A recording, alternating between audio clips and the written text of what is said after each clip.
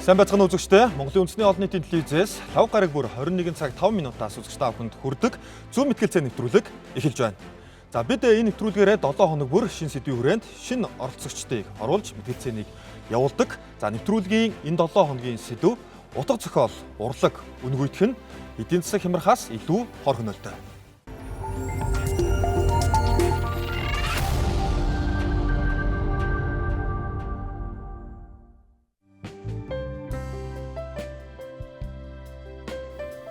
Хөгжингүй улс орнууд урлаг, утга зохиолын нийгмийн хөгжил дэвшилд үзүүлдэг тодорхой нөлөөллийг бодлоготойгоор үр дүнтэй ашиглаж ирсэн, ашигласаарч байна.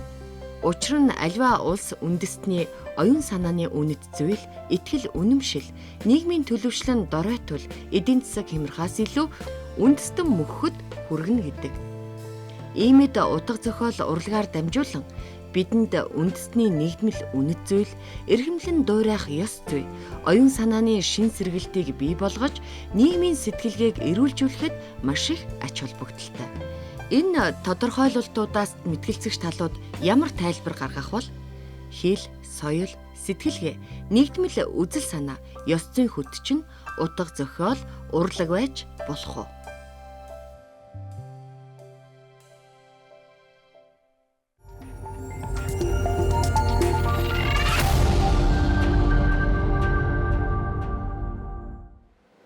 За бид та бүхэнд нэвтрүүлгийн энэ 7 хоногийн сэдвийн хүрээнд танилцуулгыг бэлтгэх хүргэлээ. За нэвтрүүлгийн хамтран ажиллагчаар Монголын мэтгэлцээний нэгдсэн танхим ажиллаж байна. За ингээд энэ 7 хоногийн мэтгэлцэгчтэй оролцогчдоо та бүхэнд танилцуулъя. За бид 7 хоног бүр Монголын мэтгэлцээний танхим, Монголын мэтгэлцээний нэгдсэн танхим, за мөн ихтэй сургуулийн оюутнууд, за тухайн сэдвийн хүрээнд мэргэжилтнүүдийг нэвтрүүлэгтээ урьж оролцуулж мэтгэлцдэг. За ингээд зочдоо танилцуулъя. Нэгдүгээр энэ дэр Шинжлэх ухаан академийн хэл зохиолын хүрээлэнгийн эрдэм шинжилгээний ажилтан, утга зохиол судлаач доктор Баатаржовын Мөнх баяр. Хоёрдугаар энэ дэр Шинжлэх ухааны академийн хэл зохиолын хүрээлэнгийн эрдэм шинжилгээний ажилтан, утга зохиол судлаач докторант Жамбагийн Ууганбаатар. Гуравдугаар энэ дэр Монголын мэтгэлцээний танхимын мэтгэлцэгч 2024 оны үндэсний аваргын тэмцээний 3 дугаар байрын шагналт Ганбаатарын төр тогтох. Дөрөвдүгээр энэ дэр Монголын мэтгэлцээний танхимын мэтгэлцэгч, үндэсний эрхийн мэтгэлцээний 2024 оны улсын аваргын тэмцээний 2 дугаар байрын шагналт, парламентын мэтгэлцээнээр 3 дахь жилдээ хичээлж байгаа Баяр Магнаан Мөрөн. За үргэлжлэн ирсэн мэтгэлцэгчид, оролцогчид та бүхэндээ баярлалаа. За ингээд нэвтрүүлгийн 7 хоногийн сэдвийг та бүхэн хүлээн авсан танилцсан. Утга зохиол, урлаг үнгүйдэх нь эдийн засаг хямрахаас илүү хор хөнөөлтөө гэсэн сэдвийн хүрээнд өнөөдрийн оролцогчид мэтгэлцээнийг явуулах болно. За ингээд бид нэвтрүүлэгтээ уламжлал ёсоор хамгийн түрүүнд багийн ахлагчдын дунд үндэслэл илтгэлийг сонсдог. За ингээд үндэслэл илтгэлийг сонсцгоо. Нэгдүгээр ахлагч Баатаржовын Мөнх баяр. За таны үндэслэл илтгэл 3 минутын хугацааг явуулж эхэллээ. За баярлалаа. Тэгээд сэтэл юу одоо маань сайхан гарч ийн. Үнэхээр одоо утга зохиол, урлаг үнгүйдэх нь эдийн засаг хямрахаас бас жоохон хэцүү л дээ. Дэлхийн түүхэнд гарсан алдартай эдийн засгийн хямралууд байдаг шин. Одоо орчин үеийн дэлхийн түүхэнд тэмдэглэгдсэн 1929 оны одоо Америкийн ч гэдэг юм уу дэлхийн 2 дугаар дайны үеийн. За бид ч гэсэн ингээ 1990-ад оны үеийн Монголын эдийн засгийн хямралч гэдэг юм. Гэхдээ энэ бүх шалгуураа хүн төрөлхтөнд даваад ирсэн. Яагаад давж чадсан бэ гэхээр хүнээрээ байсан. Мөн чанараа хадгалж чадсан. Оршихуун тэр дархлаагаа алдаагүй. Энэ алдаагүй нь юутай холбоотой вэ гэхээр яг энэ урлагтайгаа байсан уран зохиолтойгоо байсан. Эндээсээ хүн төрөлхтөн одоо холдоогүй байсан. Тэгэхээр хүн байж иж бүх юмыг даван гарч чаднаа. Хүнээрээ байж иж бүх юмыг даван гарч чаднаа. Ийм зүйл.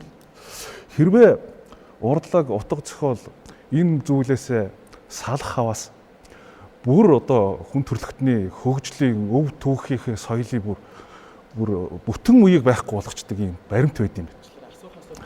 Аха. Тэ 1979 онд манай академич төрийн 3 удаагийн шагналт зохиолч академич Цэндийн Нэмсрэнгой Боо хотод очиж Төв Азийн туйл гэдэг семинарт оролцсон байдаг. Энэ үеэр одоо дэлхийн Монгол судлаач алдартай эрдэмтэн Хайсах гаагаас даавагч асуусан байдаг. Та нар яахлаар энэ Монгол туйлыг судлаад байд. Тэгсэн Хайсах гаа хэлсэн баг.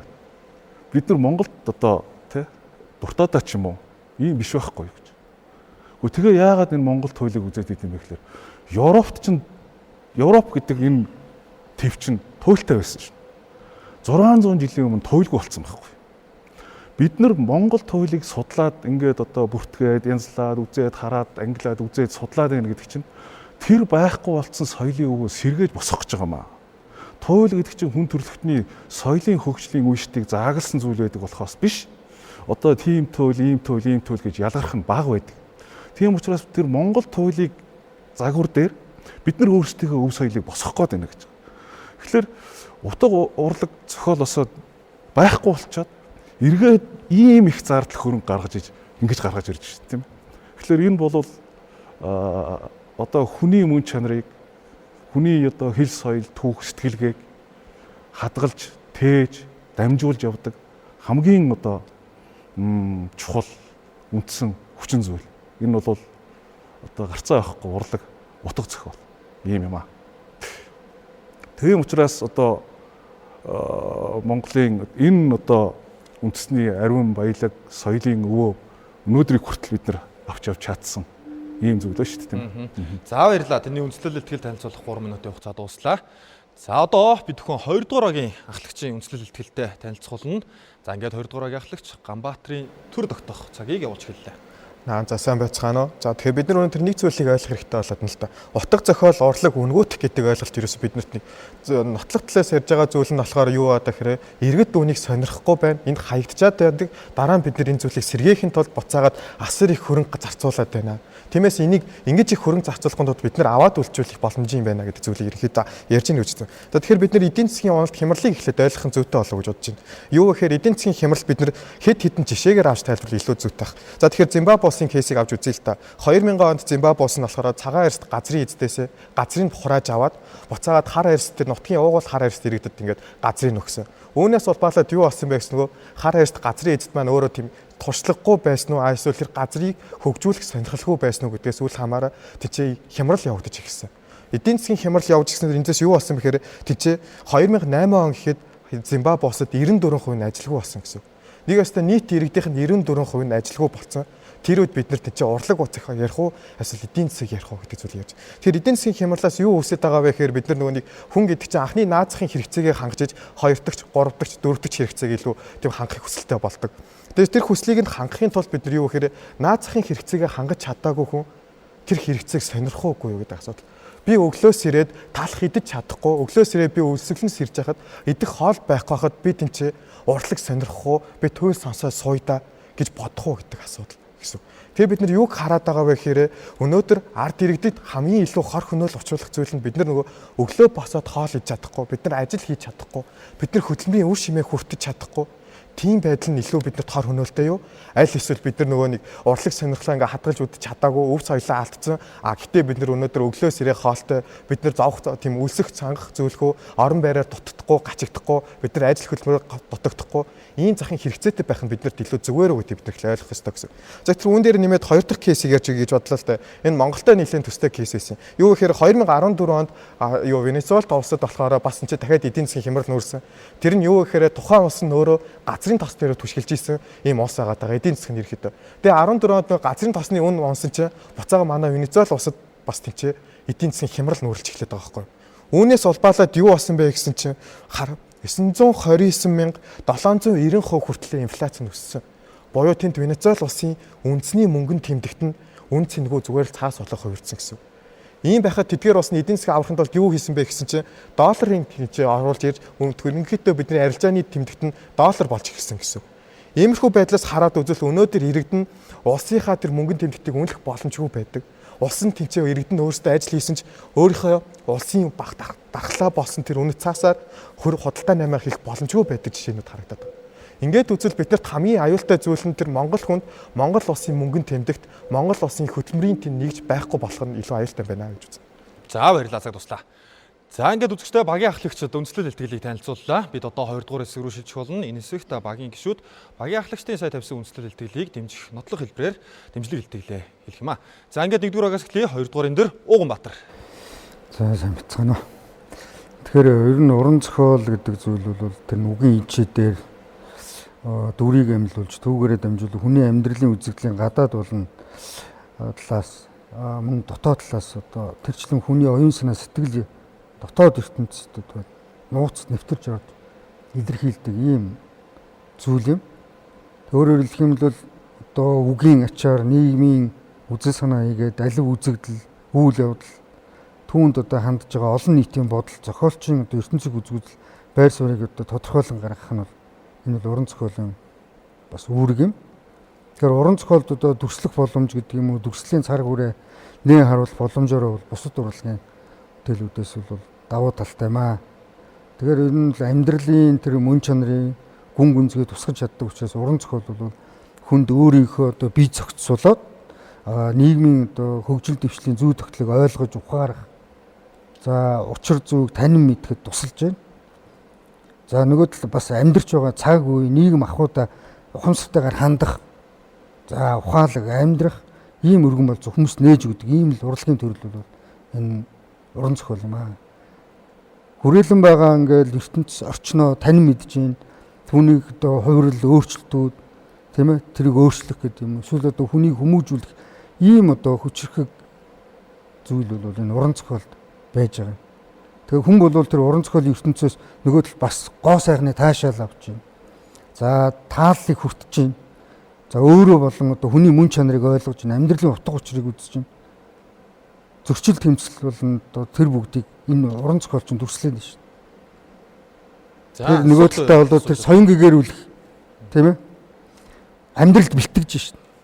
Хүнийг одоо өөрөө танин мэдхэд нь одоо бий болгосон хүн төрлөختний хамгийн гайхамшиг зүйл энэ уран зохиол. За асуулт байна. Тэгэхээр одоо яг сая та ярьж ил да соён гэгэрх бол утга зохиолоор одоо дамжиж илэрдэг. Тэгэхээр нүүн яг одоо энэ соён гэгэрх гэдэг байгаа зүйл яг тэр үзэл баримтлал одоо урлагаар одоо соён гэгэрх гэдэг тэр үйл явц маань зөвхөн одоо тэр утга уран зохиолоор дамжиж яг илэрдэг зүйл үү? Тийм ийм асуулт. За 2 дуурын дээр цаг явуулсан. Хариулт. Юу гэнэ? Соён гэгэрх гэдэг тэр одоо процесс үйл явц маань яг тэр зөвхөн утга уран зохиолоор одоо дамжиж яг явагдчихэдэг үйл гэсэн асуулт л байна.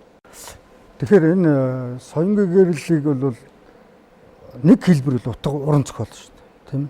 Хүн өөрөө өөрийгөө таньж мэднэ. Хүн өөрөө өөрийнхөө дотоод ертөнц рүү орох. Хүн өөрөө өөрийнхөө мэдрэмжийг олох. Хүн байх гэдэг энэ оршихуун тухай ойлголт чинь энэний нэг хэлбэр уран зохиол шүү дээ. Тийм. 4 дуурын дээр үргэлжлүүлээрэй. Тэгэхээр ер нь бол уран зохиол гэдэг зүйл чинь бол нийгмийн ухамсарын бас нэг хэлбэр байхгүй. Тийм. Тэгээд энийг бол бас ийм одоо юу гэдэг нийгмийн амьдралын хэв шинжийн өөрчлөлтүүд, дэвшлүүд одоо магадгүй сая тэр ярьж байгаа тэр хямралууд энэ бол тэр утган зохиол, урлагт бол үлэмж тийм нөлөө үзүүлдэг байхгүй. Тэгээд эндээс үүдээ тэр одоо юу гэдэг тэр уран зохиолын утга зохиолын дараачийн тэр одоо онолгийн гэдэг юм уу, хэм маягийн гэдэг юм уу тэр урсгал чиглэлүүд бол одоо нийгмийн амьдрал янз бүрээр ингээд нөлөөлөд ирсэн. Ийм л учиртай. За дэмжлэг илтгэлийг 4 дуурын дээр цааш үргэлжлүүлж болно. За 5 хүнд энэ өдрийн мэндийг хүргэе. Тэгэхээр яг нөгөө мэтгэлзэж байгаа тэр гол асуудлаа харах юм бол яг утга уран зохиол гэхээс илүүтэй нөгөө талд нас нөгөө эдийн засаг гэдэг асуудал маань бас ерөөхдөө байгаад байгаа. Тэгэхээр яг тэр нөгөө хор хөнөөлтөө гэдэг байгаа шүү дээ. Тэгэхээр яг хор хөнөөл гэдгийг бид нар өнөөдөр яг юу гэж ойлгож байгаа гэдэг дээр бас санал нэгдэх хэрэгтэй болов. Тэгэхээр нөгөө эдийн засаг гэдэг зүйл маань өнөөдөр ямар байдлаар хор хөнөөл нь илэрдэг юм бэ гэхээр одоо нөгөө эдийн засаг гэхээр энгийнээр тайлбарлах юм бол нөгөө инфляц, нөгөө худалдаа авах чадвар, за нөгөө орлого амжиргаа одоо нэг ажил одоо юу гэдгийг ажлын байр хөдөлмөр эрхлэл гэдэг ч юм уу энэ бүх зүйл нөгөө иргэдийн өдөр тутмын амьдрал бол шууд эдийн засгаас ашгүй холбоотой болоо явчихдаг. Тэнгүүд нөгөө яг тэр эдийн засгийн одоо юу гэдгийг хямралын үед эдийн засаг хямарсан байгаа байдал нь өөрөө нөгөө утга уран зохиолтойгоо харьцуулахад нөгөө иргэдтэй яг илүү ингээд тийм амьдралын шууд байдлаар нөлөөлж идэг байгаа байхгүй. Тэгээ ялангуяа сая одоо асуулт асуулаа л да соён гэгэрэл бол одоо юу гэдгийг нөгөө соён гэгэрх процесс нь зөвхөн утга уран зохиолоор дамжиж явагддаг гэхээр яг нэг хэлбэргээ хариулж ийл да. Ер нь бол яг нөгөө 21-р зуунд яг зөвхөн утга уран зохиолоор дамжуулж хүн соён гэгэрх гэсэн илүүтэй. Одоо соён гэгэрэл гэдэг өөрөө яг ямар учиртай зүйл юм бэ гэхээр нөгөө аливааг шинжлэх ухаанчаар боддоор харах тэр чадамжийг л яг нөгөө соён гэгэрх гэж одоо хэлээд байгаа л да. Тэнгүүд соён гэгэрх гэдэг маань 21-р зуунд нөгөө техник технологи хөгжсөн үед заавал тэр утга уран зохиол гэхээс илүүтэй илүү хурдан байдлаар одоо нөгөө техник технологийн давуу талаа ашиглаад ч юм уу те одоо шинжилгээ ухаанчаар альва нэг одоо зүйлд айгүй хурдан ийм хяналт хийгээд тухайн зүйлтэйгээ танилцах ч юм уу ийм байдлаар бас илэрч одоо юу гэдгийг явж идэг илүү хурдан явж идэг. За дээрэс нь одоо нөгөө эдийн засгийн асуудлуудыг ярьж ин л да нөгөө тухайн одоо түүхэн цаг үеүүдийн одоо хямралуудыг ярьлаа. Тэгэхээр тухайн цаг үеүүдэд жишээ аваад үзэх гэсэндээ одоо магадгүй юу гэдгийг 1930-аад оны нөгөө алдарт хямралын үед тэр хүмүүс өдрийн хоолны одоо юу гэдгийг нөгөө өнөөдөр идэх талхан л чухал байсан уу гэхээс биш бусдаар бол одоо нэг том зохиолч ном зохиол уншина гэдэг ч юм уу. Яг нөгөө нэг иргэдэд аль нь яг тэр шууд ингэж байдлаар нөлөөлж байгаа юм бэ гэдэг тал дээр бид нар мэтгэлж байгаа болохоос биш яг тэр утга уран зохиол ямар ач холбогдолтой гэдэг ч юм уу эсвэл бол одоо эдийн засаг ямар ач холбогдолтой гэдэг ч юм уу. Энэ бол яг бид нар яг ярих ёстой зүйл мөн үү биш үү гэдэг бол бас жоохон эргэлзээтэй. Ерөнхийдөө аль нь одоо тэр нөгөө сөрөг нөлөөлөл авчирж байгаа гэдэг дээрээ л яг ярих ёстой болов уу гэж бодож байна. За тэгэхээр яг нөгөө энэ соён гэгэрл гээл одоо яриад байна л да. Тэгээс утга уран зохиолоор дамжуул соён гэгэрдэг гээл яриад байна. Тэгвэл нөгөө нэг яг соён гэгэрл утга уран зохиолоор дамжуулж яг нөгөө одоо нөгөө урлагаар дамжуул соён гэгэрнэ гэдэг маань бол яг нөгөө социалист үеийн одоо социалист хуучин нийгмийн үеийн одоо нөгөө нэг пропаганда гэж ярьдаг шүү дээ. Ийм одоо үзэл баримтлал бас одоо байж болохуц байгаа даа байхгүй. Ерөнхийдөө нөгөө урлагийн үүрэг маань өөрөө үндсэндээ соён гэгэрүүлэхээсээ илүү нөгөө нэг бүтээлч байх, илүү одоо нөгөө үнэнч байх те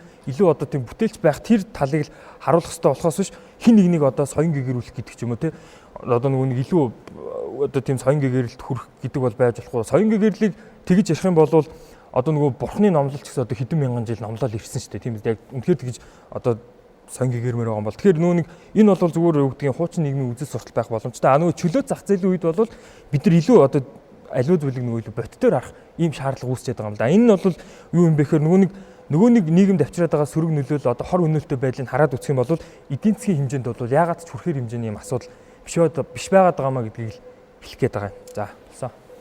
За 4-р эндрийн үндэслэл тэтгэлийн цаг ерөөдөө дуслаа. За 2-р эндэр танд 58 секундтэй хугацаа олдсон байна. За сая 4-р эндрийн мэтгэлцэгчийн одоо тавьсан дэмжлэг илтгэл дээр нэмэлт тайлбар хийж болон за өөрийнхөө дэмжлэг илтгэлийг бас дутуу үлдсэн зүйлээр үргэлжлүүлж болно. Тэгэхээр энэ уран зохиолыг соён гэгэрүүлэх гэдэг нэг өнцөг нэг талаас нь бас залуу маань илүү нотлох миний саяны хэлснийг бас ярьж байна. Гэвч энэ нэг тал шүү. Нэг тал. Өөрөөр хэлэх юм бол уран зохиол гэдэг зүйл тийм ээ. Хүн бүхнийг тийм уншаад ойлгоод байдаг тийм нийтийн бас нэг хэрэглээ гэж байна. Түүнээс гадна өөрөөр хэлбэл тэр уран сайхны нууц нэвтрэх тийм үү. Өөрөөр хэлбэл тэр үл нэг тийм хялбар идэж байхгүй да. Өөрөөр хэлбэл чи өөрийнхөө оршихуур орж байгаа. Өөрийгөө танин мэдж. Тэрний нэг хэлбэр нь тэр соён гэгэрүүлэх.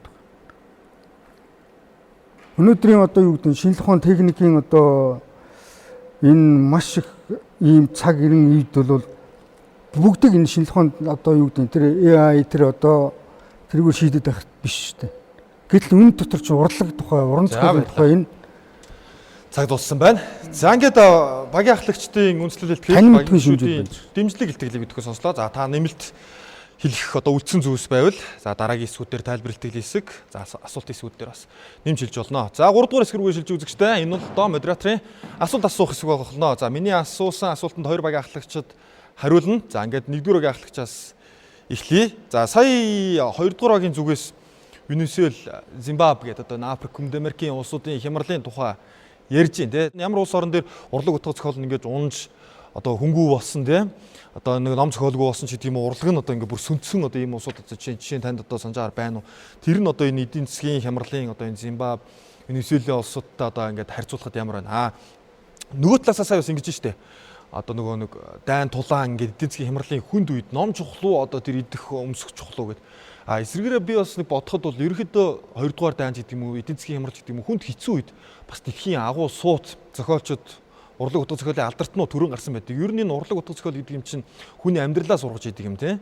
Тэгэхээр альва нийгэм шүүмжлэлтэй байх тусмаа хүнд хэцүү байх тусмаа бас нөгөө талын юм бас ургаж идэгэн шүү гэдгийг би бас бодож байна. Энэ тал дээр таны байр суурь ямар байна үнийг сонсъё. За тэгээд бас энэ урлаг утга зохиолыг хэтэрхий эдийн засагт анхаарад одоо устгах гэх юм уу да одоо ийм үйл ажиллагаанууд дэлхийн түүхэнд байсан. Жишээ нь одоо ойрхон жишээ бүгд найрамдах хятад улс тий одоо Мао Цзэдуний үе солийн хувьсгалыг одоо ярил л да.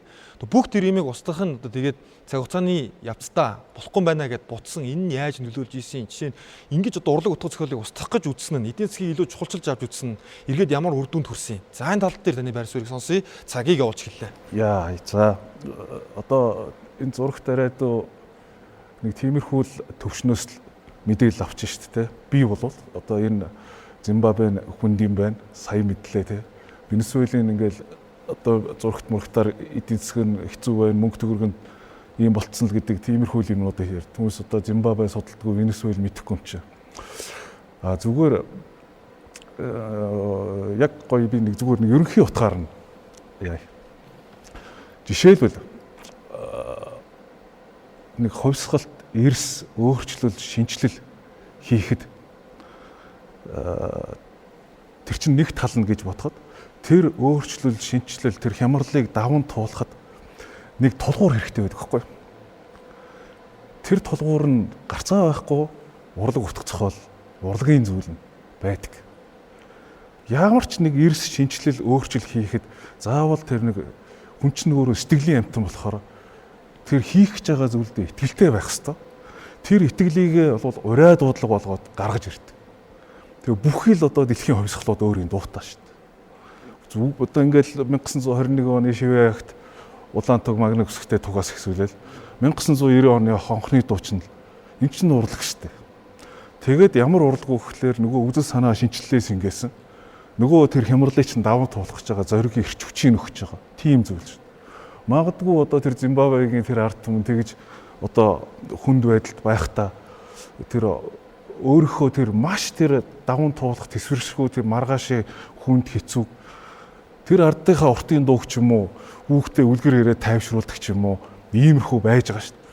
Тэр оршихуун тийм хүчээрээ тэд нар чинь оршоод тэр дээс олж авсан хүчээрээ тэр хямрлаа даван туулах ийм сэтгэл зүй, ийм зориг ирмэлцлэл, ийм одоо зүрх сэтгэлийн тийм өвчтэй болж байгаа ийм зүйл. Тийм ээ. Тэгэхээр аль нь одоо анхдагч чухал хүчин ямар юм юу гэдэг юм бэ?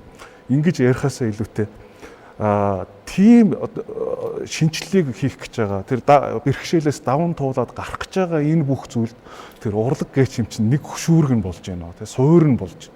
Тэр өөрөө тэр ялан дийлэх гээд байгаа тэр зүйлд нь ирч хүч ийм болж. Тэгэхээр ийм эрс одоо нийгмийн эрс шинжилэл хямрал ийм одоо зүйл чинь эргээд урлаг уран сайхныхаа бүтээлдээ дэвшил болоод гараад ирдэг ийм зүйл байхгүй. Дахиад шинэ одоо урлагийн нэг шинэ хэлбэр юм уу, шинэ агуулга, шинэ дүр төрслийг бий болгоод тэрнээсээ хүмүүс төслийн одоо тэр гоо зүүн таашаал гэдэг юмыг аваад ингээд хөгжөө дэвшээд явдаг ийм зүйл. Тэгэхээр энэ хамгийн капиталист орн чинь хамгийн их урлагаараа соён гэгэрүүлж байгаа шүү дээ. Тэр хамгийн одоо социалист биш орн чинь урлаг уран зохиолын зүйлээ хамгийн гоё хөгжүүлээд тэндээсээ тэр соён гэгэрэл гээч юмыг аваад явж байгаа ийм л зүйл шүү дээ. За баярлаа. За ер нь яг л нэг тийм үед те одоо чинь саяны магнит үсгтэй туг гэдэг шиг илтгэх урлаг хүртэл одоо ер нь анх яаж бий болсон те одоо нөгөө л одоо суртлах хуулга одоо тэр бүхнээс л одоо хэлж байгаа шүү дээ. Тэр ер нь бол энэ риторика гэдэг энэ эртний грекээс уламжлалтай энэ гоё ярих урлаг байдаг юм байна шүү дээ. Эн чинь одоо явж л одоо Илиад Одиссей шүү дээ. Илиад Одиссей. За танд баярлалаа. За одоо 2 дугаар агаас асууя. За 2 дугаар агийн ахлагч хариулнаа. За эдийн засгийн хямралын талаар ерөөхдөө бид түрүүн та бүхний итгэлүүдийг сонслоо. Тэгээд ерөөхдөө ингээ хямралтай үед урлаг утга зохиол гэхээсээ илүү одоо ингээд өнөөдрийн анхдагч хэрэгцээнүүд чухал байна гэж хэлжсэн тийм.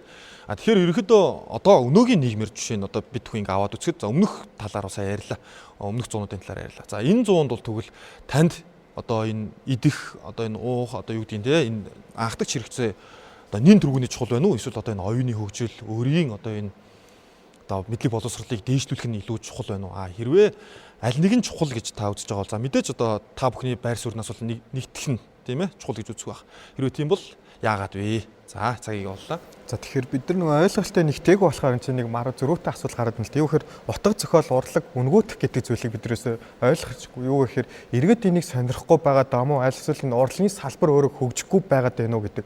Энэ ойлголтыг бид нэр аль талаас нь ярихыг ойлгохгүй болохоор ерөнхийдөө шийдэл хаашаа явах нь ойлгомжгүй байна л да. Тэгэхээр модераторын асуусанчлан бид нар нөгөө одоо нийгэмд аль нь чухал вэ гэдэг асуулт аа. Гэтэ шийдлийн хүрээнд аваад үзвэл бид нар эдийн засгийн хямралаас илүү хор хөнөөлтэй гэдэг асуудлыг ярьж үзнэ. Одоо нийгэмд байгаа бид нар энэ байрлалаас одоо өнөөдөр бид нар энэ хаалгаар гараад явхад биднэрт өнөөдөр утга зохиол одоо бид нар илүү өөрсдөө хөгжүүлэх нь хэрэгтэй нь үү? Аль эсвэл маргааш хоолтойгоо үлдэх тэр зүйл рүүгээ бид нар тэмүүлэх нь илүү чухал байна уу гэдгийг асуух нь зүйтэй гэсэн. Төрөүний ихтгэлүүдийн турш явагдсанчлан бид нар нэг ойлголт нь юу вэ гэхээр бид нар ямар ч тач эдийн засаг хямралтай үед урлаг бас хөгжиж болт юм байна. Эдийн засаг хямраагүй байхад урлаг хөгжиж болт юм байна. Урлаг тэгэхээр ямар ч цаг үед хөгжиж болоод байдаг. Тэнцээ эдийн засгаас үл хамааран хөгжиж идэг зүйл. Гэхдээ бид нар шийдлийн хүрээнд авч үзэхээр юу хамгийн хэцүү байгаа вэ гэхээр улс оронд аль нь илүү хор хөнөөл учруулах вэ гэдэг зүйл. Өөрөөр бид нар урлаггүй болсон ч гэсэн урлаг дараа нь гарч ирэх юм байна. Гэхдээ бид нар эдийн засгаа нэгэнт алдсны дараа бид нар дампуурсны дараа энэ зүйлийгээ бид нар сэргээж чадах уу? Өнөөдөр 3 сая 800 мянган иргэн хоолтой хонох уу? Аль эсвэл бид нар дуу сонсоод дунтах уу? Өсөж явахдаа бид нэр хүүхдтэй туйл сонсоод биднэрт ийм урлаг байдаг шүү чи энэ төлөө тэмцээрэй хөө аав нь маргааш хоол хийгээд өгнө чи тэгэхээр тэр хүртэл тисчгээрэй гэж хэлэх нь тэр хүүхдэд илүү нөлөөлөх үү гэдгийг бид нар авч үзэх хэрэгтэй гэсэн. Тэгэхээр юу гэхээр бид нар чи зөвхөн нэг хүний хувьд авч үзээгүй улс орны хүрээнд авч үзэж байгаа. Тэгэхээр хамгийн гол зүйл нь бид нар хор хөнөөл гэдэг зүйлээ бас ойлгохгүй байна л та. Улс орон өнөөдөр дампуурахад урлаг нь илүү тэр соён гэгээрээгүй иргэд нь илүү тэр дампуур руу хөтлөөд байна уу? Аль эсвэл бидний буруу тогтолцооноос үүдэлтэй буруу бодлого дэвшүүлснээс үүдэлтэй эдийн засгийн хямрал энэ улс орныг чинь сүмхэл рүү наваачих гэдэг нөө гэдгийг харах нь илүү зүйтэй болов уу гэж харж байна. Тэгэхээр эндээс бид нар нэгдсэн ойлголтод хүрэх гэвэл манай талаас юу үзээд байгаа гэхээр бид нар өнөөдөр урлаг бол хизээж хөгжиж болно. Урлаг доройтсон ч бид нар буцаагаад эдийн засаг байвал гаргаад хөгжүүлчихнэ. Бид нар нөгөө хөгжингөө орнууд илүү эдийн засаг урлагийг хөгжөөд байгаа гэдэгчлэн бид нар эдийн засгаа авч үлдэж чадвал бид нар дараа нь урлагийг хизээд авч үлдэж чадна, хөгжүүлж чадна. Гэхдээ бид нар урлагаа авч үлдээд эдийн засгаа золиослоё гэж бодоход тэр урлагаараа бид нар эдийн засгаа сэргээж чадах уу гэдэг нэг ойлгох асуудал гэсэн. Тэр энэ хүрээнд л бид нар ойлголтоо цэгцлэхгүй бол нэгдсэн дүгнэлт төрөх боломжгүй байгаа юм л та. Баярлалаа. За баярлалаа. Цагийг дуусгах уу? Дуусгая. За цагийг дуусгах. За ингээд багийн ахлагчид модераторын асуултанд хариуллаа. Багийн ахлагчдаа баярлалаа. Сонирхолтой гаргалгаануудыг гаргаж за ингээд амжилттай хариуллаа. За одоо бидний тайлбар илтгэлийн хэсэг шилжих цаг болсон байна. За хоёр багийг төлөөлж нэг мэтгэлцэгч энэ хэсэгт орно. За 4 минутын хугацаанд мэтгэлцэнэ. За 1-р угаас багийн ахлагч уу эсвэл багийн гишүүнүүд. За 2-р энэ дэр мэтгэлцгээр боллоо. За 1-р угаас Уганбаатар, 2-р угаас Төр Тогтох. За ингээд тайлбар илтгэлийн хэсгээ ихтүүлцгээ үзэгчтэй. 4 минутын хугацаанд би за 2 болон 3-р эндрийн хооронд явагдах нэ. Тэгэхээр сая мэтгэлцэгч тал маань бас өөрсдөө ярьж байгаа зүйлийг бидний ярьснаар эсэргээр нь чи батлаад байна л д. Өөрөөр хэлбэл соён гэгэрэлгээ түрүүнд ярьсан энэ зүйл чинь чиний ярьсан зүйл чинь байж байгаа шүү дээ. Эхлээд театрт та нэг оч. Тийм үү? Нэг жүжиг үзье. Одоо энэ лавг сургуулийн зохиол Тамггүй төр жүжиг 98 онд театрт тавигдсан. Тэгээ сая бас дахиад энэ өнгөрсөн онуудад тавигдлаа. Үнэхээр дэлхийд тэр уран зохиол одоо тэр жүжиг гэдэг урлаг бол явж байна. Тэгээ тэр урлаг тэр жүжигийн зохиолд Тамггүй төр дотор юу хэлэх гээд байгаа юм зохиолч. Тэр чинь шүү дээ. Тэр чинь бол одоо өөрөөр хэлэх юм бол тэр дотор төр юуны төлөө оршиж байгаа. Төр гэдэг маань чиний яриад байгаа тэр зүйл шүү дээ. Үнэн худал гэдэг юм юуны тухай байгаад. Бид ер нь юуны тухай оршоод байгаа. Тийм үү? Хүний мөн чанар юунд байх хэвтэй. Чиний яриад байгаа тэр амь зуух тухай, амьдрахын чинь тухай ойлголт чинь тэнд байж байгаа шүү дээ. Энийг өөрөөр хэлэх юм бол нэг хүннүүгийн одоо хааны тийм үү? За магадгүй тэр Монголын одоо ингээд энэ хүндрэлтний энэ амьдралд байдаг энэ ойлголт чинь тэн дотор явж байгаа. Та энийг үзэж байгаа шүү дээ. Та театрт очсон уу? Тэр жүжигийг үзсэн үү? Үзээ та таньдээс юу авсан? Та энэ тэр жүжигийг үзээ түүнээс одоо юу гэдэг нь ухаарлах авах шүү дээ. Эсвэл та түүнээс үзээ ядалт авах шүү дээ. Түүнээс та үзээд гунах шүү дээ. Бас баярлах шүү дээ. Гэгэрэл гэдэг чинь энэ ч яриад шүү дээ. Тэр нэг катарсис гэдэг юм байх шүү дээ. Энийн дараа та юу бодох хэвтэй? Энийний дараа та тэр би одоо таны яриад тэр эдийн засгийн чинь асуудал. Тэн дээр ч байж шээ. За Энэ чинь баярлалаа. урлагийн үнд зүйл байхгүй одоо. Энийний тухайд бид ярьж байна. За 3 дугаар энэ дээр асуух хүсэл тавьсан. За та бас зөрүүлээд асуух боломжтой 2 дугаар энэ дээр. За тэгэхээр эхлээд хэд хэдэн асуулт байна л да. Түрүү хэлсэнчлэн утга зохиол, урлаг, үнгүүтэх гэдэг ойлголтыг ерөнхийдөө яг аль талаар нь ойлгоод байгаа юм бэ? Энийг эргэж сонирхгүй байгаад байна уу? Альсвал энэ салбар нь хөгжихгүй тэнцээ илүү дэлхийд танигдахаар тэр туйлс, романс гарч ирэхгүй байгаад байна уу гэдэг асуулт. За хоёр дахь нь болохоор энэ зүйлийг тэгвэл үнгүүтээд байгаа юм бол үнгүүтүүлэх тэр шалтгаанууд нь юу гэдэг юм бэ?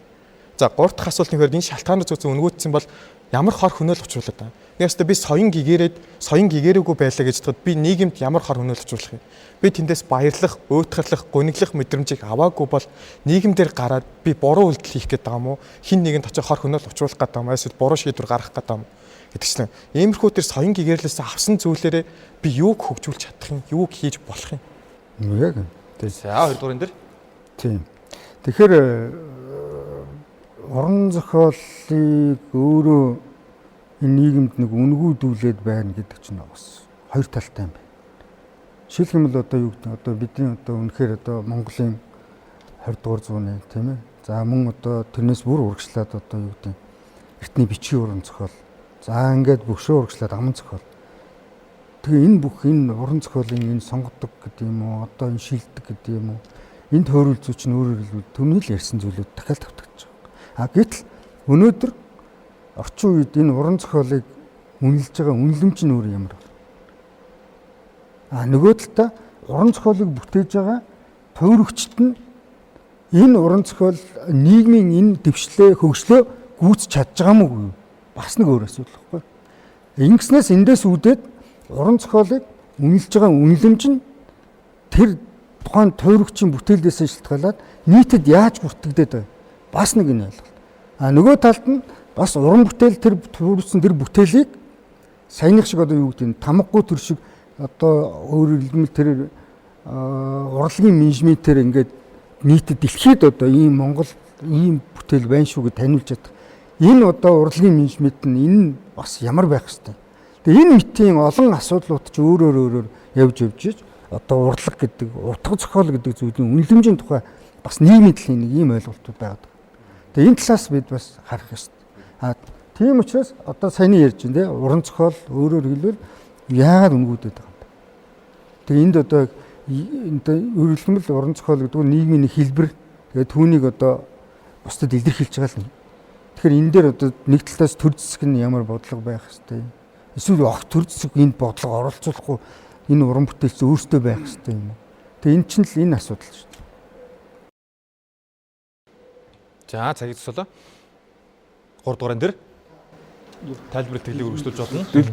Болд юм уу? Болох уу? Болохгүй цаг юу болж байна. За тэгэхээр нэгдүгээр байгаас нь болохоор ерөнхийдөө соён гэгэрлэх нь их чухал. Яагаад гэвэл нийгмийн бүхэл цаг үед бидний өөрсдийнхөө өв соёл эсвэл бидний одоо байгаа нийгмийн нөхцөл байдлыг бид нар урлагаараа тэр уран зохиолоор дамжуулаад нийгэмд хүртээж чадна. Гэхдээ юуг яриаггүй гэхээр бид нар хор хөнөөлийн талаар ерөөсөө ярилцсангүй л дээ. Ямар хор хөнөөлийг ярилцах гэдэг вэ? Би нэг өсөнтөө өглөө босоод би туйлс роман уншдаггүй, би тамгаггүй төрийг үзээгүй байлаа гэд би нийгмийнхээ хэсэг сөргөлдөгч субъект болох гэдэг юм уу? Эсвэл зүгээр л нийгмийн нэг байдаг л нэг субъект болох гэдэг юм гэдэгчлэн. Ямар нэгэн байдлаар бид шинжлэгч байж болох уу эсвэл аялдагч байж болох уу гэдэгчлэн.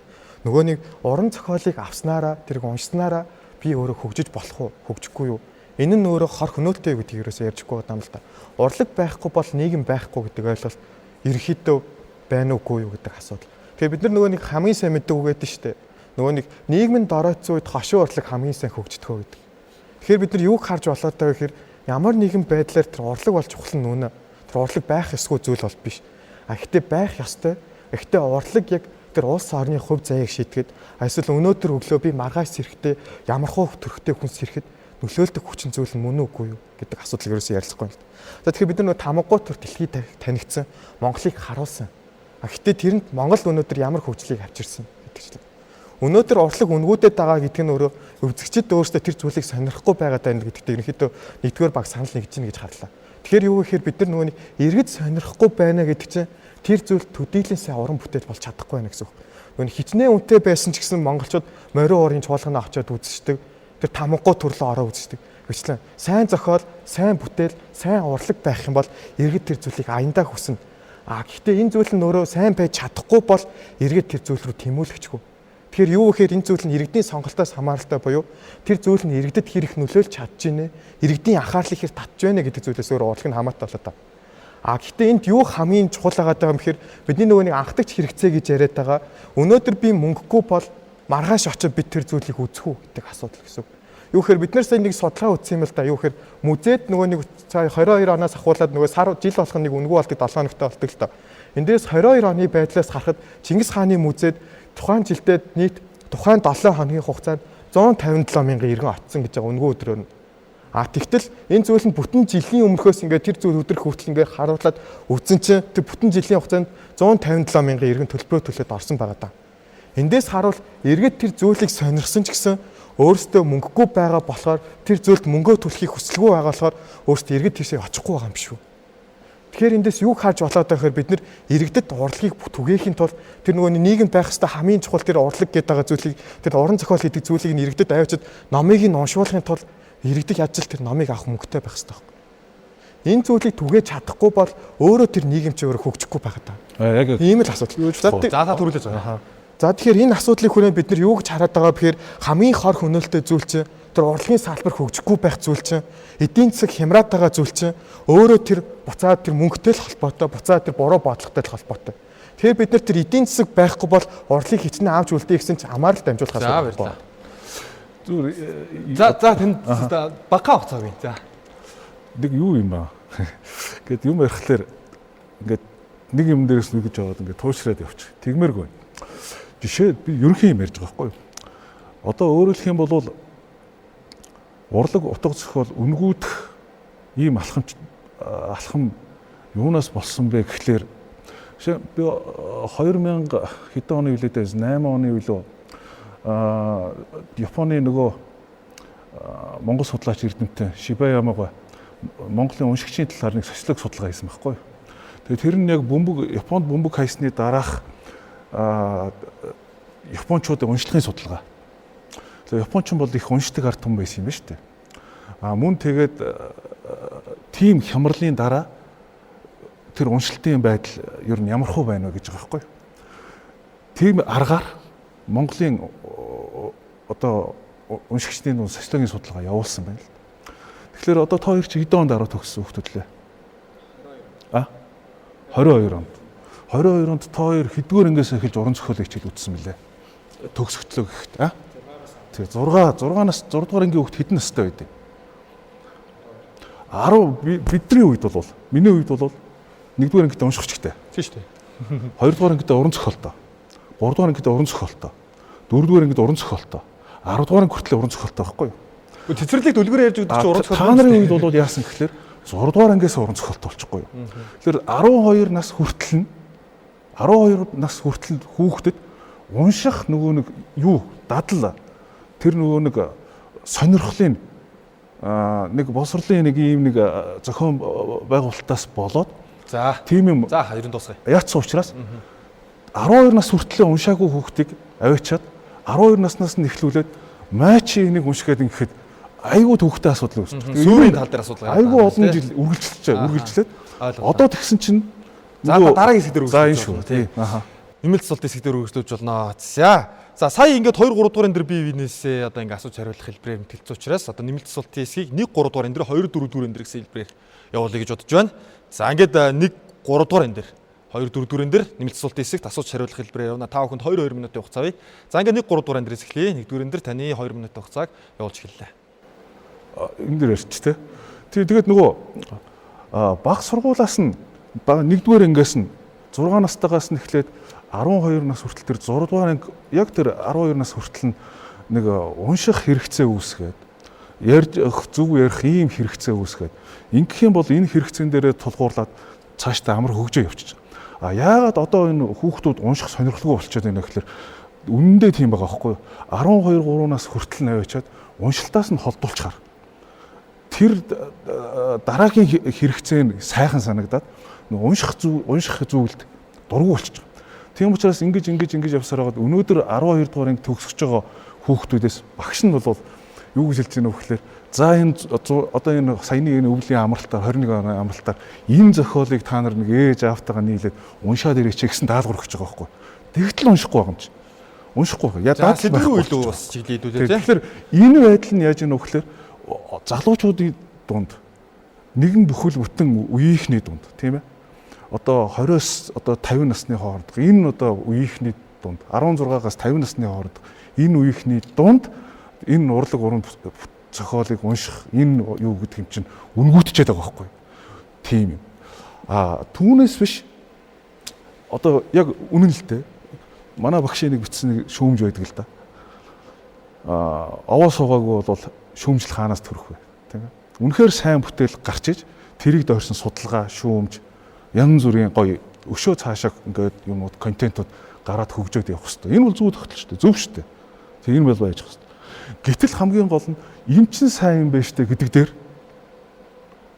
тулгуурлаад ярих хэрэгтэй сайхан байсан тэр чадварыг ясан гэхэлэр тэр нөгөө уран зохиолын хичээлээсээ холтсон уран зохиолоос өөр мэдрэмж хөгжсөн. Урлагаас өөр мэдрэмж нь түлхүү хэрэгцээтэй болгочихор чинь эн чинь аяндаа үнгүүтсэн юм. За таны цаг дуслаа, баярлалаа. За төр тогтоход 3 минутын 2 минутын хугацаа бүтэн байгаа. За би шууд төр тогтоход асуулт суучих гэж бодож байна.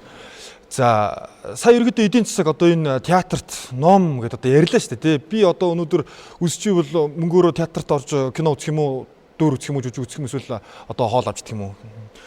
Энэ театр тоглож байгаа жүжиг, хэвлэж байгаа ном энэ бүгдийг чинь урлагаар өөрөө эдийн засгийг бас босгож болох юм шүү. Жишээ нь бид одоо хамгийн ойрхон жишээ одоо Америк нэгдсэн улс тийм бүгд нарийн туслан улс.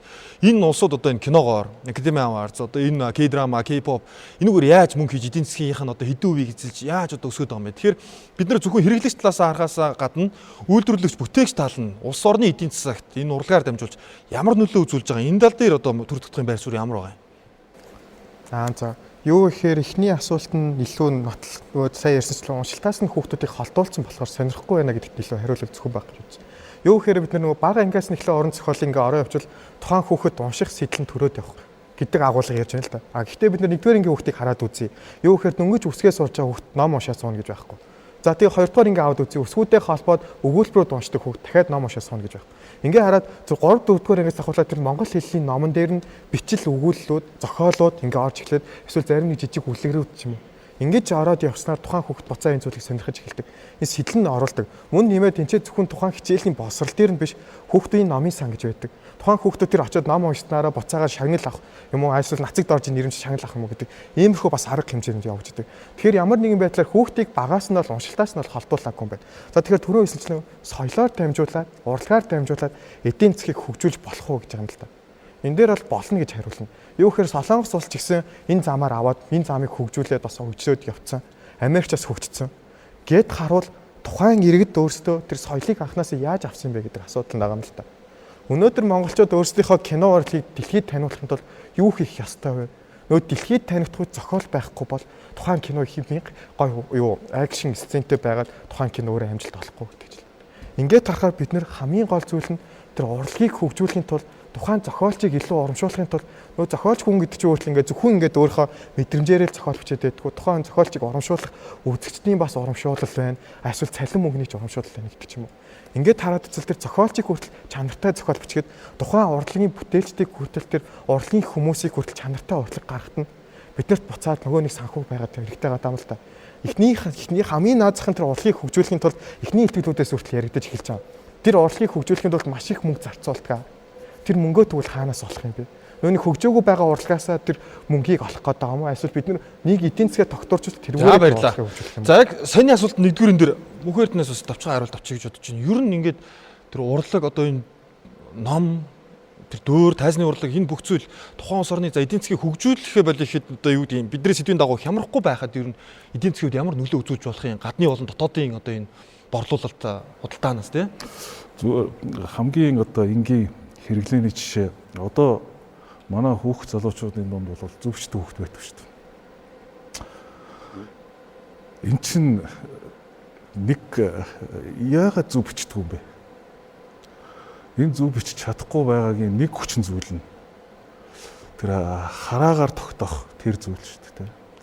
Зүгээр нэгдүгээр ангийн хүүхдийг одоо уншаадах гэдэг юм биш шүү дээ. Тэгээ заавал одоо нэг юм дээр ингээд одоо яа гэх юм ингээд ярмааргүй.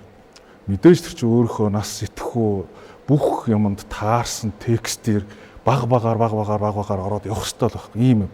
Хамгийн гол нь ийм зүйл тасарчаад байна л гэж байгаа байхгүй юу? Түүнээс цагаан толгой үзэж байгаа хүүхдийг авчиад тунгалаг тамир унш гэж хэлж байгаа юм биш шүү дээ, тийм ээ. Энэ бол хинт ч ойлгомжтой асуудал. Нэг. Ямар яадаг гэлээ тэр хүүхэлдэйн киногаараа тэр дотоодынхоо нийт бүтээгдэхүүн яадаг мөнгө эдийн засаг хөгжөлтийнхөө тэдэн хувийг олдог барьдаг ийм зүйл. Гэхдээ аялал жуулчлалын контент гэдэг чинь ерөөсөө л явж урлагийн контент шүү дээ. Тийм үстэй. Сайхан 7 сард ирээд нэг Монгол айрын найр болж байгаа энэ орчин дээр нэг 30 солонгосыг авчирэл ингээл харуулах чинь өнөөдөр чинь гайхаж шүү дээ. Тийм. Дөнгөж саяхан нэг сошиалээр явсан шүү дээ. Нэг хүү нэг 3-4 солонгос найзыгаа энэ Монгол ардын дуу гээд өөрийнхөө цэцэрлэгт уншиж байсан нөгөө болжуур шүлгээ энэ ардын дуу юмаа гэж таниулаад нөгөө солонгосыг дагуулж шүү дээ. Тийм. Тэгэхээр өөрөөр хэлэх юм бол урлагийн бүтээлтэй байх хэрэгцээ байсан байна шүү дээ. Энэ манай урлагийн бүтээл юмаа гэж таниулж өгч байсан байна шүү дээ. Тэндээсээ тэд чинь бас нэг өөрхөн бас нэг юм хийгээд байна шүү дээ. Тийм. Хамгийн энгийн жишээг үл. Хамгийн энгийн. За баярлалаа. За дүгнэлцэхтэр үргэлжлүүлж болно. За 2 болон 4 дугаар энэ дээр асуух нэмэлт асуултын хэсэгтээ шилжиж. За 2 дугаар энэ дээр танаас асуултыг эхлүүлээ. Ер нь нэг ойлголтын нэг жоохон зөрүүнүүд байна да. Зөв анхдагч хэрэгцээ чи судалгааны төвшин өөр учраас тийм ээ. Нэг тийм ойлголтуудыг ярих гэдэг юм. Тэ магадгүй. Зүгээр хүүхдийн уран зохиол. За бүр юунаас нэхлээ те. Хүүхдийн уран зохиол. За 10 жил ерөнхий улсын судалгууд төгсөөд хэдэн жил болж байгаа? 4 жил. Өө эн чинь ямар гоё юм. Тэгэхээр ч одоо нэг юунаас одоо уран зохиолын цаг байгаа шүү дээ те. Тэгэхээр нэмэлт их зохиол уншаад энэ зохиол уншаад тэр зүйлээс үл холдоогүй байгаа юм ба шүү дээ. Мартаагүй байна те. За жишээлх юм бол Монголын орчин үеийн уран зохиол 100-ны 20 дугаар зууны арман гэдэг Тунгалаг тамир. Тунгалаг тамир арманыг уншсан те. Хичээлийн дагуу л уншиж байсан. Бүтэн зохиолын нэр нь уншаагүй. Хэдэн дэвтэр юм бол 2-3 дэвтэр байдаг баг гэж тийм. За тэгвэл аюур заны зохиолоос за бөөгийн дом уншсан бол уншаагүй те. За ингээд иймэрхүү байдаг. Тэгэхээр ерөөс ингээд нэг ойлголтын тухай юм хоёулаа жоохон ярих гэдэг. За миний асуулт юу гэдэг вэ? Аха. За тэгвэл 4 дугаар энэ дээр асууя. За яг би яг нэг ийм л юм байгаад байна л да. Ерөнхийн нөгөө мэтгэлцээний агуулга харах юм бол яг нөгөө нэг өнөөдрийн Монголын нийгэмд яг тэр урлаг үнгүүдэд байгаа нөрөө эдийн засаг хямрахаас илүү хор хөнөөлтөө юм уу юм болохгүй. Тэгэхээр нөгөө урлаг өнөөдөр үнгүүдэд байгаа шалтгаан нөрөө юу юм бэ гэд сая яг асуусан учраас би зөвхөн тайлбар хөвчил гэж бодож байна л да. Нөгөө одоо чинь ингээл сая асууж штэ тунгалаг тамир уншсан уу та ингээл уншсан уу гэд би яг одоо аюур заны зохиолуудыг уншсан уу гэж асууж байна. Яг ер нь бол уншаагүй гэлээ гэхдээ энийг шууд одоо нөгөө юу гэдгийг уншихгүй байснараа одоо нэг юм сөрөг үр дагаврууд үүсээд байгаа гэдэг. Тэр үр дагавар нь айгүй тодорхойгүй болохоор яг одоо нөгөө нэг асууж байгаа зорилго нь бас жоохон тодорхойгүй болол явчихлаа. Ерөнхийдөө нөгөө нийгэм одоо юу гэдэг урлаг үнгүүдэд байгаа шалтгааныг нь за саяны илтгэлүүдээс сонсоход бол нийгэм тэр тухайн тэр урлагийн бүтээлийг үнэлэмж өөрөө жоохон муу байгаа юм байна л да. Ер нь бол одоо нөгөө хүүхдийн унших бичих чадвар гэдэг ч юм уу одоо тэр зүйлээс шалтгаалаад тэнгууд нөгөө эн чинь өөрөө нөгөө одоо юу гэдгийг зах зээлийн юм эдийн засаг нийгэм байгаад байгаа шүү дээ. Тэгэхээр нөгөө нэг тухайн таны бүтээж байгаа урлагийн бүтээлийг одоо юу гэдгийг тухайн одоо хэрэглэгчтэй үйлчлүүлээ. Одоо тэр хүн ингээд хүлээж аваад тодорхой хэмжээнд үнэлэхгүй байгаа бол асуудал өөрөө хаана байна вэ гэдгийг бид нар бас ингээ хайх хэрэгтэй тийм. Яг миний бүтээл өөрөө нэгдүгээр чанаргүй байна уу? Эсвэл үнэхээр чанартай бүтээл хийчээд идэг тэр нь хангалттай хэмжээнд нөгөө нийгэмдээ хүрч чадахгүй байгаа бол энэ дээр бас л нэг одоо нөгөө эдийн засгийн нэг одоо арга гэх юм уу те нөгөө маркетинг өөрөө сул байна гэдэг ч юм уу те. Ийм асуудлууд байгаа болохоос шууд одоо нөгөө нэг 10 жилийн хүүхдүүдэд ингээд янз бүрийн одоо юу гэдэг те утга уран зохиолын хөтөлбөр ингээ арга зүв буруу байна гэж холбох нь өөрөө бас жоохон буруу. Ягаад тэгэхээр тэр урлагийн бүтээл одоо ямар нэг байдлаар одоо юу гэдгийг үн цэн нэмэгдээд явах юм бол тэндээс тухайн зохиолч л ашиг хүртэн те. Үнгүүтх юм бол тухайн зохиолч л бас одоо нэг алдагдлаа хүлээн штэ тийм үстэй. Тэгэхээр энийг бас жоохон ингэж эрүүлэр харах хэрэгтэй. Тэгээ дээрээс нөгөө нэг урлаг за баярлалаа. За цаг дуссан. 2 дугаар дээр танд 43 секунд үлдсэн байна. Та нэмэлт тодруулга, тайлбар энэ секундэд хугацаанд тулаад хэлж болно. Тий. Зүгээр зохиол за урлаг уран зохиол. Тий. Та энэ орлого уран зохиолоор дамжуулаад тэр нийгмийн сэтгэлгээ тий тэр зүгээр уран зохиолын би түрүүнд хэлэхэд хэлсэн шүү дээ. Энэ анхдагч үүрэг ойлголтуудыг мэдэхгүй шүү. Тэр нь өөрөө та тэр зохиол уншаад тэр урлагийг үзээд тэр киногаа үзээд тэр театрт нь очиод энэний дараа хоёлаа ярил л дээ. Соёлоо мартвал араатан болно. Оюунгой хэлсэн үг шүү. За ингээд үзэгчтэй нэмэлт асуултын хэсэг дууслаа. Багийн гишүүд болон ахлагчид хоорондоо асууж хариулах хэлбэрээр мэтгэлцээнийг үргэлжлүүллээ. За сая бол бас эдгээр эдийн засаг чухалч гэсэн за тухайн хүн соёл, урлаг, за утга зохиолын төвшөнд тодорхой одоо мэдлэг боловсролыг эзэмшиж өөрөө хөгжиж байж одоо тэр дараагийн тэр эдийн засаг дэвшлүүдийг бас гаргах тэр боловсон хүчин бэлтгэгдэж очноо. Тэр одоо дараагийн зүйлсээс одоо юу гэдгийг мөчөр үндэс ургана гэдгийг бол бас хэлхийг өгсөж байгааг та бүхэн сонссон. За ингээд дүгнэлт бэлтгэл дээр илүү одоо тодруулах байхаа гэж бодож байна. За ингээд дүгнэлт бэлтгэлийн хэсэг багийн гишүүдээс эхэлнэ. 2 дугаар энэ дэр за 1-р багийн гишүүн Ууганбаатар танд дүгнэлтийг хэлэх 2 минутын хугацаанд цагийг явуулъя. За та өнөөдрийн нийт одоо сэдвийн хүрээнд нийт одоо энэ илтгэлүүдийн одоо тийм ээ дүгнэлтээ хэлэх учиртай. Тэгэхээр мэтгэлзэгч талаас тавьж байгаа асуултуудыг бодоход ер нь бол уран зохиол, урлаг түүнийг нэгдүгээр анхдагч хэрэгцээ юу? Би өнөөдөр босоод хоолтой байх уу анхдагч хэрэгцээ юу гэдэг ийм л ойлголтуудыг хэлээд байна. Би тэгээд мэтгэлзэгч талаас хэд хэдэн асуулт асуулаа. Тэгээд тэр хариулт маань үндсэндээ одоо миний анх ярьсан энэ зүйлтэй бас олбогдох хаа. Өөрөөр хэлбэл та хүний ер нь урлаг уран зохиолч үүрэг юу юм бэ? Тийм үү? Тэр нийгмийн харилцаа, тэр хүний тэр бодол сэтгэх, тэр хүний оршихуйтай холбоотой. Тэг энийг өөрөө таньж мэдээд энэ байгаль ертөнцийн тухай таньж мэдэх. Эний чинь тухай хүндрэлтний болсон хамгийн гоё гайхамшиг юм чинь энэ уран зохиол урлаг шүү. Танд хэлж өгч. Тэгээ энэ тухай эхлээд ойлголтыг аваад энэний дараа бид энийг тэр рүү бэлтгэсэн хүн эдийн засаг Монголын тухай, дэлхийн эдийн засгийн тухай тийм үү? Дэлхийн одоо тэр хүний хэрэгцээний тухай зөв бодох, зөв сэтгэх ийм зүйлийг л ярьж байна. Өнөөдөр аман зохиолын тухай л ярьж байна. Энэ түрүүн залуу хэлж байна. Үлгэр сонсоо, туй сонсоо та яах юм бэ? Үгүй ээ, ийм л дээ. Мангасын тухай үлгэр яриад хүн сонсуулаад байгаа байхгүй юу? Тэр хүүхдэд чи айлах гээд байгаа юм биш шүү дээ. Айцын тийм юм давтуулаад байгаа юм биш байхгүй юу та? Тэр хүнд айж имэх мэдрэмжийг төрүүлж байгаа. Тэр хэрэгцээ байгаа шүү дээ. Тэр хэрэгцээг тэр хүн юунаас авч байгаа? Тэр аман зохиолоос. Магадгүй энэ дараа нь яваад тэр уран зохиолын бусад одоо төрөл зүйлүүд тэр одоо триллер зохиолууд ч байж. Тэр хошин шиг зохиол, тэр хошин гэдэг юм юу хэлээд байгаа? Тэр шүнс сэтгэлгээний тухай юм яриад байгаа. Энд чинь бүх энэ агуулгач багтчихсан. Тэгэхээр тэр оршихуйгаа өөрийгөө таньж мэдэх хэрэгтэй. За баярлаа. Тэгээд уран сайхан, тэгээд сэтгэл таашаал гэдэг ингээд цаашаа маш олон гоё гэгэрлийн тухай асуудал яригдэн шүү дээ. За таны дүгнэлтийг сонслоо баярлаа. За ингээд 4-р энэ дэр 2-р гишүүн мөрөн дүгнэлтийг хэлэх 2 минутын хугацааг явуулж хэллээ. За амжилт. За тэгэхээр ерөнхийдөө нөгөө мэтгэлцээ маань өөрөө юу болоод байгаа гэхээр нөгөө урлаг үнгүүтг нь эдийн засаг хямрахаас хор хөнөөлтөө мүү үгүй мүү? Ер нь аль нь илүү хор хөнөөлтөө? Ийм л мэтгэлцээ болохоос биш. Яг нөгөө одоо юу гэдгийг те одоо чи тунгалаг тамир уншааг байна, чи одоо тийм юм уншааг байна гэсэн ийм агуулга бол яг энд илүүц баг. Бусдаар бол нэг урлагийг амар тэгж үн цэнийг нь үгүйсгээд байгаа юм байхгүй. Ер нь бол яг тулсан үед одоо тэр хор хөнөөлийн хэмжээ нь аль нь илүү юм бэ гэдэг л мэтгэлцээ байгаа байхгүй. Тэгэхээр нөгөө хор хөнөөл гэдэг зүйлээ ерөнхийдөө саяны илтгэгч нарыг одоо илтгэгч нараа сонсоод үзэхэд бол хор хөнөөл нь бол яг нөгөө нэг одоо тэр одоо урлагаа мэдхгүй нөгөө араатан луга болно гэж хэлж штэ. Тэгэхээр нөгөө хор хөнөөл нь бол ерөнхийдөө нөгөө үндэсний одоо мөхөл цэцглийн асуудал юм байна гэж ойлголоо. Тэгмүүд 21-р зуунд одоо үндэстэн одоо юу гэдгийг яг тэр урлаг мөхөөс илүүтэй нөгөө нэг эдийн засгийн хямраатай эдийн засгийн хараат тус байдал чи өөрөө алдагдаад эхлэх юм бол тэр хор хөнөөл одоо тэр үндэстэн чи өстө нөгөө бодитоор илүү хурдцаагаар ингээд одоо мөхөл рүү ойртох ийм аюул одоо нөлөөлөлт одоо юу гэдгийг ийм аюул бий болно. Бусдаар бол нөгөө нэг урлаг өөрөө ямар нэг байдлаар юу гэдгийг те тухайн хүн одоо юу гэдгийг урлаг ингээд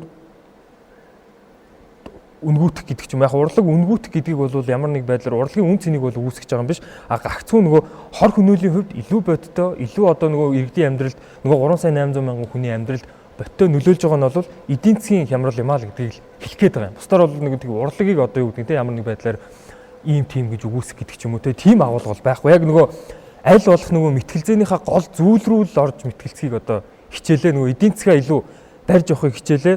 Зүгээр харамсалтай нь мэтгэлцээ маань бол яг нөгөө зүгээр л урлаг гэж юу, урлаг амьдрал ямар ач холбогдолтой зүгээр яг ийм л юм болол хоёрт шуудаал гэж хараад байна. Бусдаар бол нөгөө яг ач холбогдлын аль нь илүү ач холбогдолтой гэдэг асуудал маань энэ дээр яг яригдсан үг гэвэл жоох эргэлзээтэй. Ер нь бол яг шууд тэр одоо хор хөнөөлийн хувьд аваад үзэх юм бол эдийн засаг бол яалтчгүй илүү хор хөнөөлтэй л байгаа юм л да. За баярлалаа дүгнэлтийг сонслоо.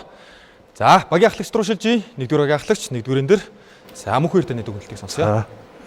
За тэгээд юуны өмнө баярлалаа. Дээр нь тэгээд одоо бидний хувьд ийм одоо орчин үеийн мэтгэлцэх байх ийм зүйлээс жоохон хол байдаг. Тэгэхээр одоо туршлага юм уу ийм ур чадвар янз бүрийн техникийн төвшин дутчихж магадгүй уучлаарай. Гэхдээ асуудал бол юунд байна вэ гэхээр нэг ийм л зүйлийг хийлээ гэж бодож байна. Ер нь материалын зүйлийн алдагдал нөхөж болдог байхгүй. Материалын зүйлийн охирлыг бол нөхөж болдог байхгүй. Энийг бол ямар нэгэн аргаар яаж хийж байгаад болдог л юм. Энэ бол хүн төрөлхтний хөгжлийн түүх шүү дээ. Харин оюун сэтгэлгээний хоосрол анц цав гарчих юм бол өөрийгөө алдчихдаг байхгүй. Үнэхээр манай дэлхийн нийт хүн амыг одоо 7 тэрбум нэг хүн ам нэг үндэснээс бүрдсэн байвал асуудалгүй хамаалга. Гэтэл энэ нэг Төв Азийн цээжинд оршиж байгаа хүн амын хувьд бүр харьцангуй цөөн энэ улс оюун сэтгэлгээний хувьд өөрсдөө алдчих юм бол хоосролд орчих юм бол хинбэ гэдгээ танин мэдхээ байчих юм бол юун эдийн засгийн хөгжил вэ? Юу хямрал вэ? Эдийн засгийн одоо тэр ийм материалын зөвлөлийн хэрэгцээг бол бид бол за яг хөтэ нэг тэр хөгжилтэй орноос нэг 5 жил хоцроо л үз. Нөгөө талаас нэг 10 жил хоцроо л үз. 3 жилийн дараа ижил төвшөнд очиж шít. Бидний энэ ковидоор алдсан 3 жилийн сургалтын хохирлыг яах вэ гэж ярьж шít. Тийм ээ? Энэ одоо сургалт болохгүй юм байна. Энийг яаж нөхөх вэ гэдэг шít. Гүн нөх мэдэхгүй шít. Энд чинь амар асуудал. Яг энэ шүү. Тэг ийм л зүйл санагдлаа. Тэгээ баярлалаа. Хоёр дүүтэй гялалаа. Тэгээд та хоёроос бас зөндөө юм сурлаа. За. Танд баярлалаа. Амжилтсаа. За ингээд дүгнэлт хэлэх сүүлийн мэдгэлцэгч 3 дугаар энэ дээр төр тогтох. За 2 минутыг явууллаа. За тэгэхээр юун төрөнд хоёр хэлхэгчтэй баярлалаа. Үн зөвлөгөөнөд өгсөн. Тэгэхээр бидний эхний ойлголт руугаа буцааж шилжиж л та. Утга зохиол, урлаг үнгүүтэх гэдэг. Тэгэхээр урлаг үнгүүдж байгаа нь өөрөө нийгэмд хор хөнөөлт байгаа гэдэг асуудал. Тэгэхээр бид нар урлаг гэдгийг зөвхөн тонхлог тамир амаа аль эсвэл нөгөө нэг оройгүйс юм эдгээр хэд ч юм уу Шекспирийн ямар нэгэн төвөөс романсууд ч юм ингэж ойлгож болно. Гэхдээ урлагчийн өөрөө зөвхөн энэ өнгөрсөн агуулга дээр биш цаг үе бүр шинжлэж идэг. Одоо бид нар жишээ нь 2000 оны залуучууд л ихэд тонхлог тамирыг төдийлэн сайн мэдэхгүй байх дийлэх нь. Гэхдээ тэд нар юуг мэдхэхээр аюур замыг үлзий төгсөг мэддэг.